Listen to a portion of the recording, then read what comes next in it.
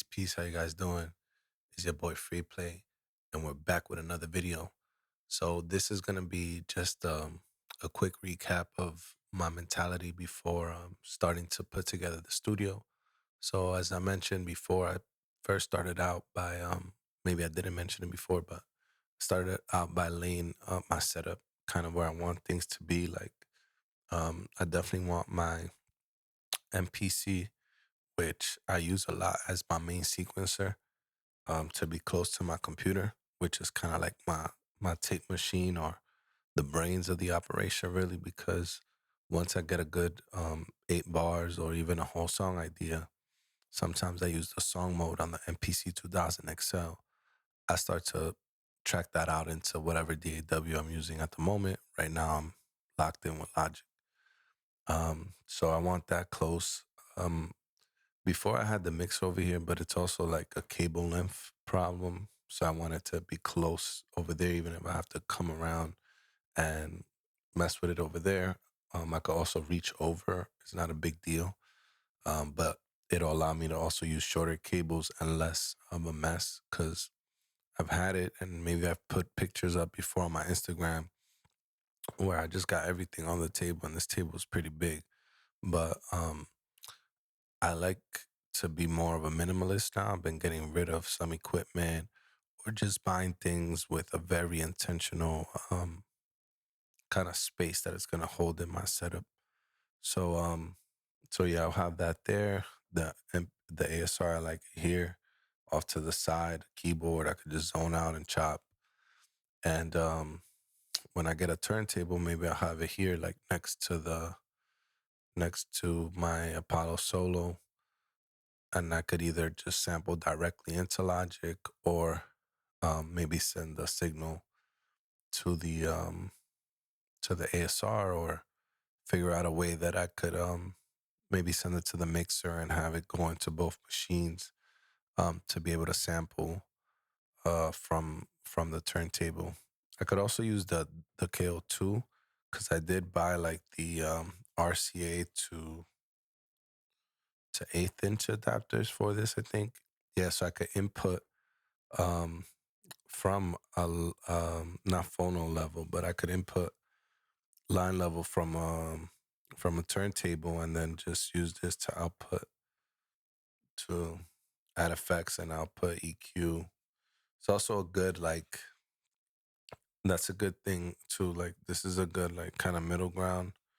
Before you sample, you could use the effects here and send it to your sampler. Because remember, like even this doesn't have any effects. This does. This has a lot of effects and ways you could manipulate the sample before sending it to maybe your vintage sampler and giving it another flavor. Um, Also, this has a higher frequency range of sampling. So that's something to keep in mind. You get a lot of crispy sampling with this.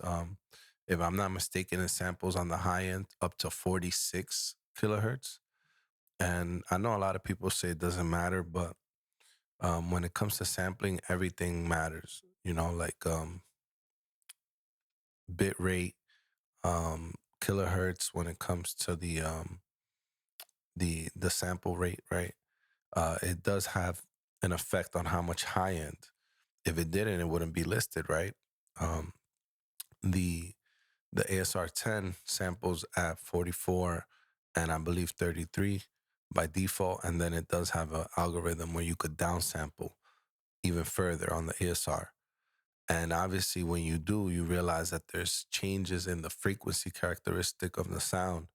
And if your sampler is also not able to capture a certain range because of whatever converters were used in it, it won't reproduce that high end. And sometimes this is desired, and at other times it wasn't. And now we're back to the point where we want that older sound, which was pretty much just less high end detail.